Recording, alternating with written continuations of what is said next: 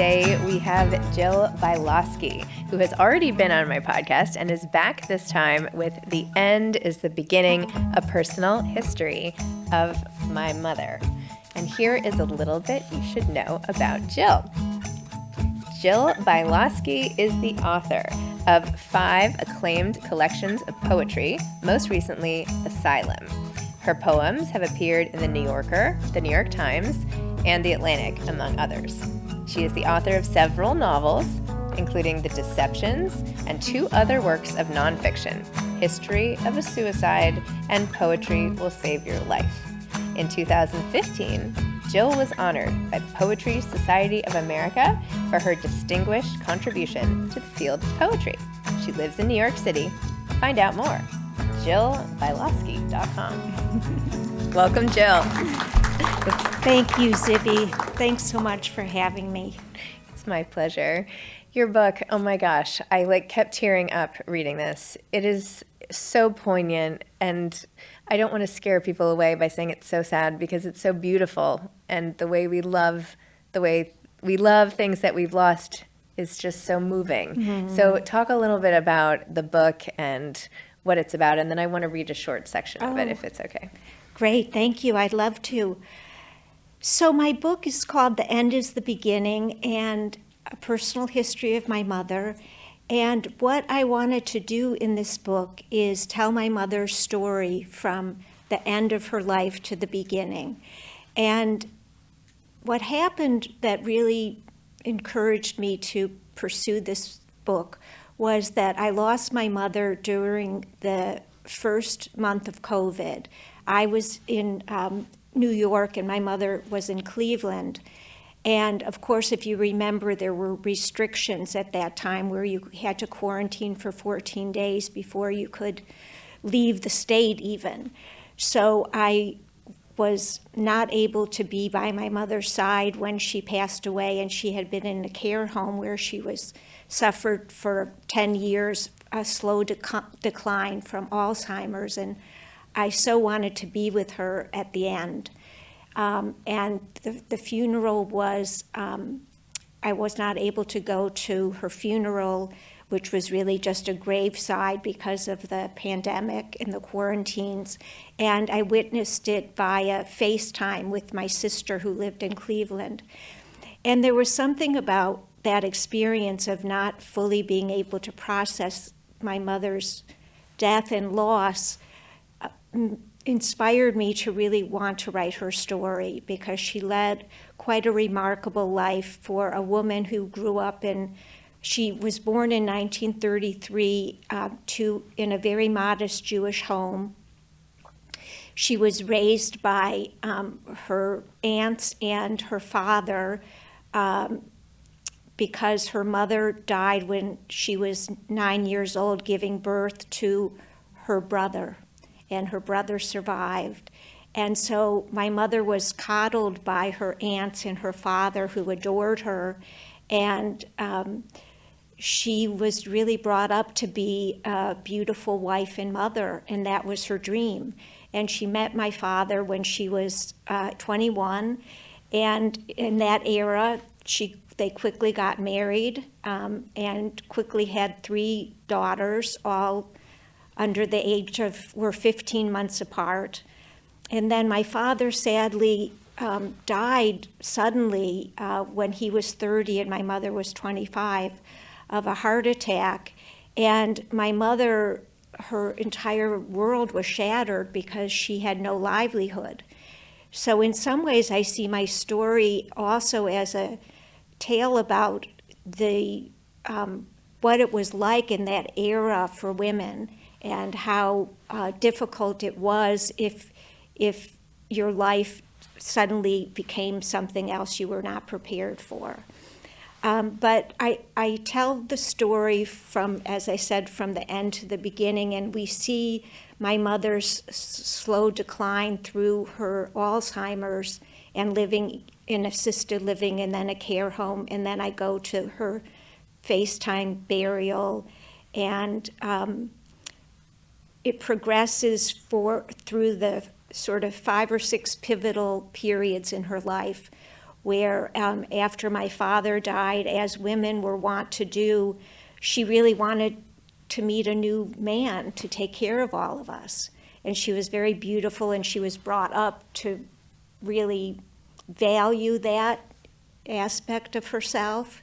And sadly, she entered a marriage that was very spontaneous. And, you know, they fell in love, and my stepfather was Irish Catholic, and we were Jewish, and it was a very different world. And so I also write about that period of her life. And they had another child, another daughter, so my mother had 4 daughters to raise on her own. And the marriage only lasted for 5 years. And then sadly, I write about the wonderful periods of raising our sister Kim, because I was 10 and my other sisters were 9 and 11, so she was like our baby. And some of the parts I love most about my book is the family life, and also when I narrate the story of my mother meeting my father and how in love they were. And I think you're right that my book is sad at times, but I also feel that it is such an inspiring story about love, because to the very end, my mother really felt she put back on her wedding ring after her divorce, and she changed her name back to Bialosky, and she really believed that she would be reunited with my father. And that really kept her, those memories were really precious and important. So, you know, through tragedy also comes some kind of joy and beauty. That's how I see it. Wow.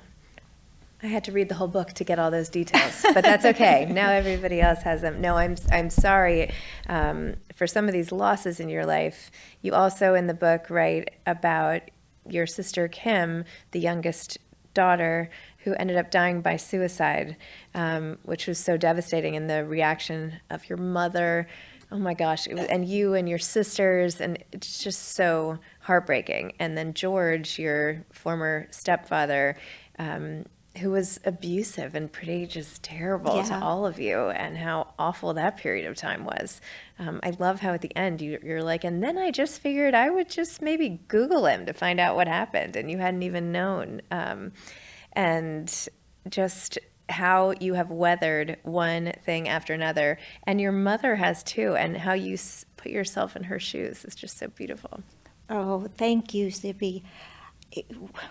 It was so interesting for me when I got to the parts in the book where I had to imagine my mother's life before I was born. And of course, I relied on stories and photos and things my mother told me and my relatives told me. And I did some research into those periods. But it was really magical for me to see make my mother come alive in the book. And I recognized how much we really don't know our parents outside of being their daughter or their son. And one thing that I wanted to do in the book was to think about what my mother's life was like before I was born and what informed her life that she passed down to me. And obviously the early loss of her mother was quite significant. But I really loved those last chapters. I think are my favorites in the book. You had a term at the end about this that I hadn't heard before. I want to say like reciprocal trauma, some type of no, not reciprocal.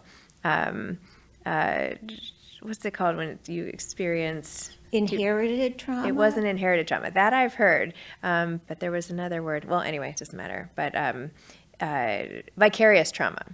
Vicarious trauma. What is that? Is that a form of inherited trauma in a way? I think so. I definitely feel that that we inherit our parents' traumas because they're the way that they relate to to everyone, to other family members, is so informed by who they are, right? And our losses do inform us. I mean, the beauty is that my mother she went through these terrible losses, but she was such a kind and loving and warm person. And to be able to maintain that without bitterness, I mean, there was one period where she was a little bitter after the divorce. But that to me is a triumph, and what I feel my mother passed on to me. Yeah. Well, you also wrote just so eloquently, and it's no surprise that you are a poet, right? Because that is how this memoir reads, as if it's so lyrical and poetic every step of the way.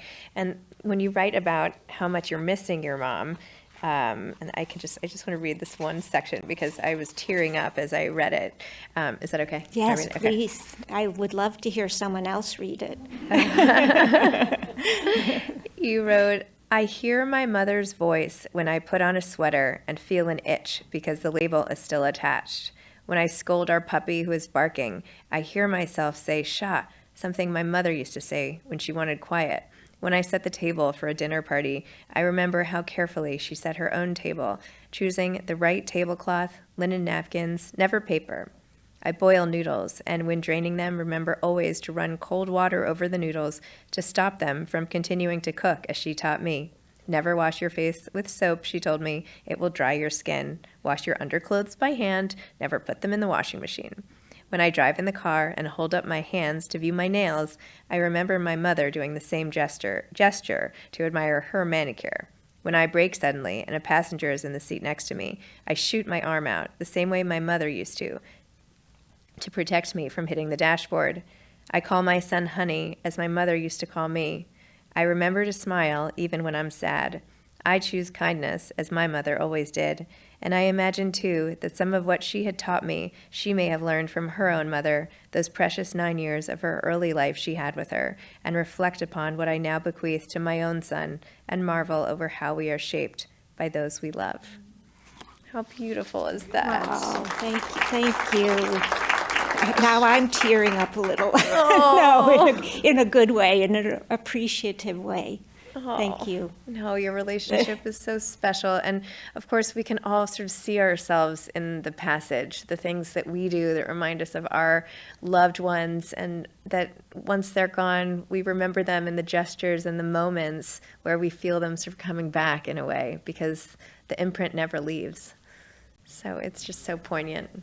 Oh, thank you, Zibby. I'm glad that I did very much want my story to reach others, that other readers could feel their own emotions and experiences. I think there's this misconception when a parent dies at an older age or due to Alzheimer's, a long battle or whatever, that it's okay and it's not like sad, or it's not okay to have the same sort of trauma response, but it's so terrible no matter when it is. Not to make it sound worse, but it's tragic, and I could feel your loss in this book so tangibly. So thank you for that.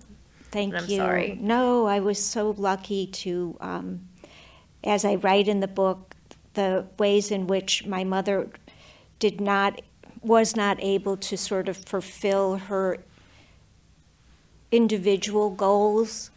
I feel so lucky from her. I knew at a very young age that it was very important for me to find my own way and my own livelihood. And then I found literature and poetry and my work as an editor and a writer, and I do feel that really has saved my life from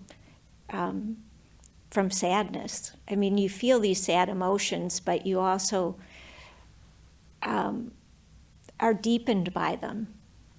And I think, as my mother was, there's more empathy. And you have the role as editor at one publishing house, and then you write yourself, right, novels and memoirs and poetry and everything else. So how do you, when you're writing something so deeply personal, how do you put on the more analytic editor hat to your own work and your own family and some of the hardest moments of your life? That's a great question. How do I do it? Writing for me is, it's like you go down a rabbit hole, you tunnel in, and you don't quite know what's going to surface. And it's almost like a second language to me, maybe because I began writing when I was in college. I started out as a poet. And so I always felt that writing was a way for me to understand and express myself in a way that I couldn't really do with other people. That somehow through storytelling, through going down this rabbit hole, I mean, I always have an intention. It's not like, it's a blank slate. I have an intention that I really wanted to tell my mother's story as honestly as I could. And the only way that readers would appreciate it is if I didn't sugarcoat it. So that was something that I really set out to do. And as my wonderful editor, Peter Borland, who's here today, knows, I went through various drafts to get where I needed to be. And then, I'm very good at compartmentalizing, I've been told, and I think that I am. And, and also I'm very good at focusing. So when I'm working on my own writing, I'm extremely focused, and I really like to do it for 1 or 2 hours and then leave it alone. And then I begin my day with the other responsibilities of my life as an editor, working with colleagues in publishing, and my life as a mother and a wife and friend, and yeah. So for me, they all sort of connect into one whole in some strange way. Well, one of the things that distinguishes this memoir from others is the fact that it is told in reverse, and that your mother's life, we start at her death and end at the very beginning, although there is a short epilogue at the end as well. And I was wondering why do that? Yeah. Was that from the outside? From the outset, was that your intention, or was it in the editing where you thought, wow, this would actually be much more powerful this way? Yes, I'm glad you asked that question, because people have started asking me that. And what I remember is that I had written some of the chapters where I lost my mother, and the funeral, and some of her living in the care home. And I went to a residency I like to do this when I have working on a new project, and I went to the T.S. Eliot House in Massachusetts. And of course, his books were everywhere. And so I was reading his wonderful poem, The Four Quartets, which has this refrain that keeps going about the end is the beginning, and how our endings are our beginnings, and our beginnings are our ending. And I was thinking about that with my mother's life, that it's all circular in a way.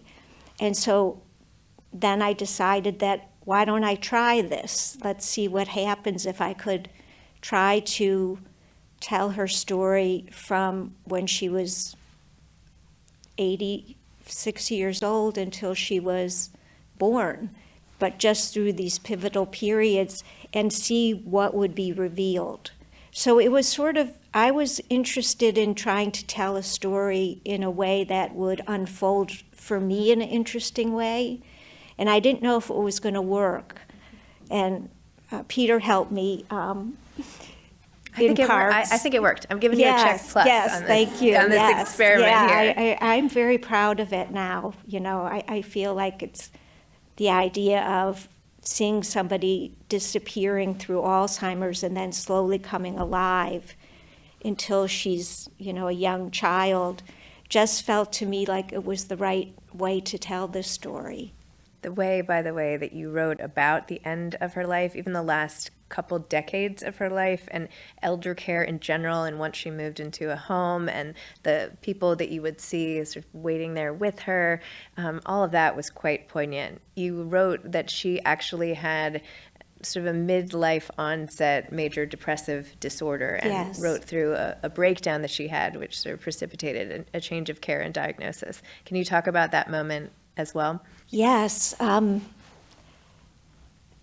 I think that what is so difficult about when a parent, or I suppose a loved one, begins to lose some cognitive abilities, it's not always apparent right away.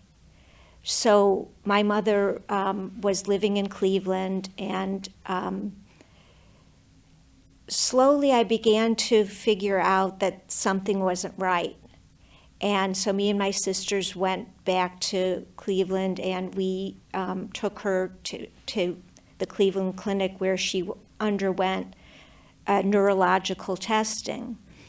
And the results, and she had been experiencing depression, and then the results of that, that they concluded that she had something called pseudo depression, and that what she needed to do was to, deal with depression through medicine or through ECT, and she became resistant to medication. But what was really going on was that she was losing her way. She was losing her cognitive abilities. And, she, for instance, would drive, she drove to the store millions of times and then found herself lost. And when I came home one day, there were Post-its everywhere about things for her to remember, and where this was and where that was. And I was sort of thinking, well, maybe that's, because she's getting older. She was in her 70s. But things began to become more difficult, and my sister and I went to Cleveland to see her. We felt like she wasn't doing well, and when we came home, and I write about this in my book, when we came there, she really was in bed and was totally not able to get up, and we didn't know what was happening. So I called the Jewish Family Services and asked if they had a nurse that could come over and evaluate her. And this nurse came to the house, and I was so grateful, because she said that the minute that she saw my mother, she knew that she was experiencing dementia. And so she told us to immediately take her to the emergency room at Lutheran Hospital, a psychiatric geriatric hospital. And then she was there for 3 weeks, and they did all kinds of testing. And one of the ways that you can be diagnosed with Alzheimer's is through calcification in the brain through MRI. Plus, she did a lot of other testing. The good news was that once she was in the hospital and was being taken care of, she came to life again. And the doctor told us that she was experiencing what they didn't see when they said that she had this pseudo depression, was that the medications that she was taking were exacerbating her cognitive abilities. So, she was misdiagnosed. But as I said, the wonderful thing was that, at this point she could still, walk and have, conversations and relate to people. And she was ready to move into assisted living. And she, for those 5 years that she was in assisted living before more progression happened, she was really happy. And she fell in love a few times. And, she loved the painting classes that they had, and she would go to every lecture, and it just made me feel so happy because I think she really wanted to be taken care of her whole life. And so now she was in this environment where she was.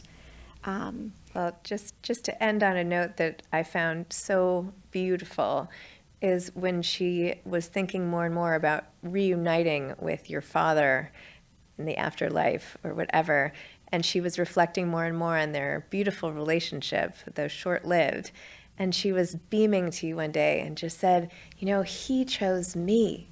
I know. And that was so beautiful. Yeah. And then you said, but Mom, you chose him too. And then she blushed, and it was just this beautiful, beautiful moment. Oh, thank you, Zibby. Thank you for ending with that. Oh, yeah. Thank you, Jill. Thanks for coming on. Yes, thank you. It's great.